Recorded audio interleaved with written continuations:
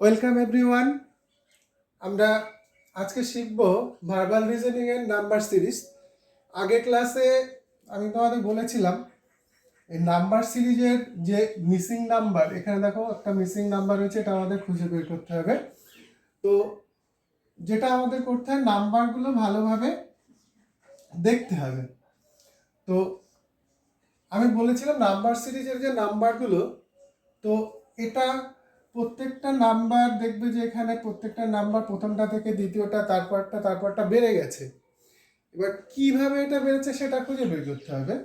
এটা যোগ না গুণ, অথবা হতে পারে যে এগুলো কোনো সংখ্যার পূর্ণ বর্গ সংখ্যা অথবা পূর্ণ ঘন সংখ্যা, অথবা কোনো পূর্ণ বর্গ সংখ্যার কাছাকাছি কোনো সংখ্যা, অথবা পূর্ণ ঘন সংখ্যার কোনো কাছাকাছি সংখ্যা। তাহলে এখানে দেখো 0, 6, 24, 60, 120, 210। তো এই সংখ্যাগুলো আমরা একটু ভালো করে দেখলে বুঝতে পারবো যে এগুলো প্রত্যেকটা ঘন সংখ্যার কাছাকাছি রয়েছে। তো আমরা জানি 2 এর কিউব হচ্ছে 8 থেকে এখানে হচ্ছে দেখো 2 কম আছে, আবার 3 এর কিউব হচ্ছে 27, 3 কম আছে। তাহলে এখানে এই মিসিং নাম্বারটা বের করার জন্য আমরা যা করব সেটা হচ্ছে 1 কিউব থেকে 1 মাইনাস করে দেব, তাহলে হচ্ছে 0।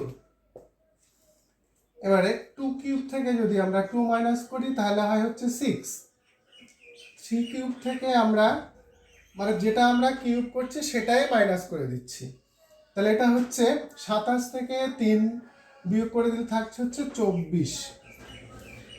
4 কিউব হচ্ছে 64, 4 মাইনাস করে দিলে হচ্ছে 60। এরপর হচ্ছে তোমার 5 কিউব, এর থেকে আমরা 5 মাইনাস করে দেবো, তাহলে কত হয় 125 থেকে 5 মাইনাস 120। 6 কিউব, এর থেকে 6 মাইনাস করবো, 6 কিউব কত হচ্ছে 216, এর থেকে 6 মাইনাস করলে হচ্ছে 210। তাহলে আলটিমেটলি আমাদের কি করতে হবে না, 7 কিউব থেকে 7 মাইনাস করতে হবে। 7 কিউব কত, এটা হচ্ছে 343, এর থেকে 7 মাইনাস করলে কত হয় 336। তাহলে আমাদের অ্যান্সার বেরোলে হচ্ছে 336।